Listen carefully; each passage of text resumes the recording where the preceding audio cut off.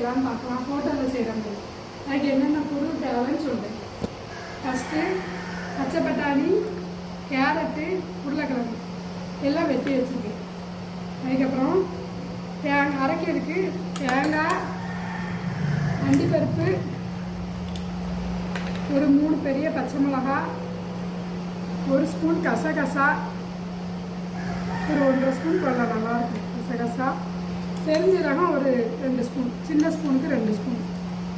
அதுக்கப்புறம் இஞ்சி பூண்டு பேஸ்ட்டு, ஒரு பல்லாரி வெட்டி வச்சுருக்கேன், கரம் மசாலா பொடி வச்சுருக்கேன். இவ்வளவும் தேவையான பொருள். இப்போது காய்கறியை வேக வச்சு எடுத்துக்கலாம்.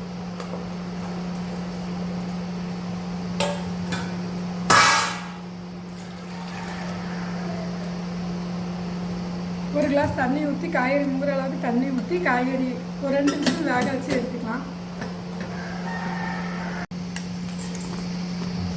இப்போ எல்லாத்தையும் போட்டு அரைச்சிக்கலாம், நல்லா மையாக அரைச்சிக்கலாம். கொஞ்சம் தண்ணி விட்டு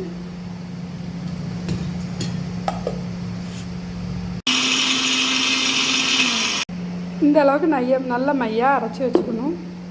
இப்போ விசில் வரட்டும், வந்தோடனே எப்படி செய்யலாம்னு காமிக்க.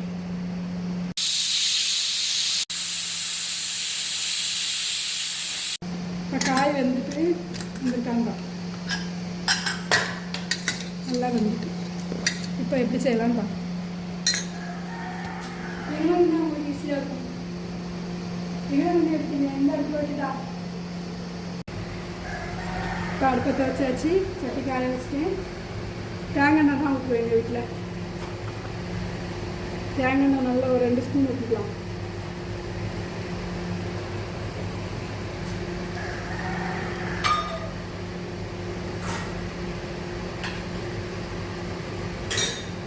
எண்ணெய் நல்லா சூடானோடனே எல்லாம் பல்லாரி வெட்டி வச்சுருந்தோம்னா அவங்க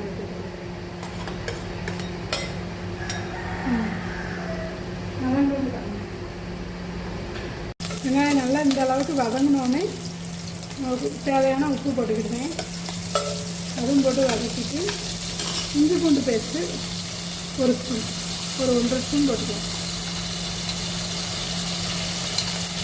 1 ஸ்பூன் போட்டு நல்லா பச்சை வாடை போக நல்லா வதக்கணும்.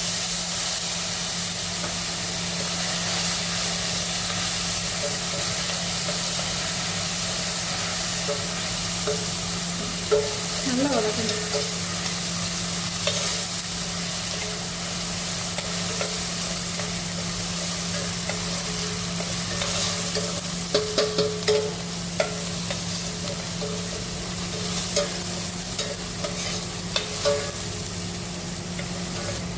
பச்சை வாடை போதோடனே நல்லா வதக்கணும்னு இதை வேக வச்சா காயை போட்டுக்கணும். ஈஸி தான் அது வைக்கிறது. காயை போட்டு நல்லா கிளறிக்கணும்.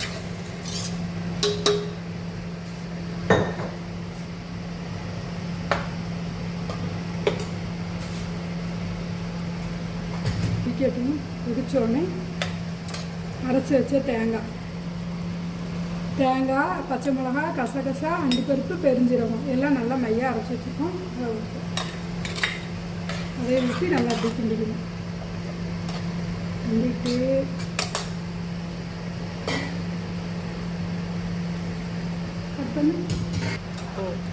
இப்போ இந்த அளவுக்கு நல்லா கொதிச்சிருக்கு.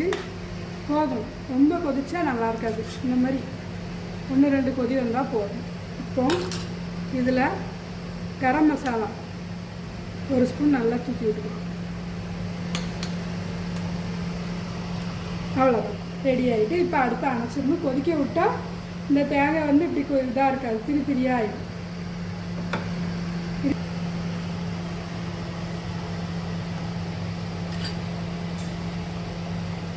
சரி, இப்போ ஊற்றி காமிக்கேன். வீடியோ இருக்கு. சரி, இப்போ நல்லா கலக்கிக்கோங்க.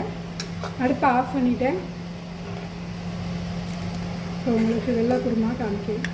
இது சப்பாத்தி, இடியாப்பம், பூரி எல்லாத்துக்குமே நல்லாயிருக்கும். உரப்பு மைல்டாக சாப்பிட்றவங்களுக்கு நல்லாயிருக்கும். போட்டேன்.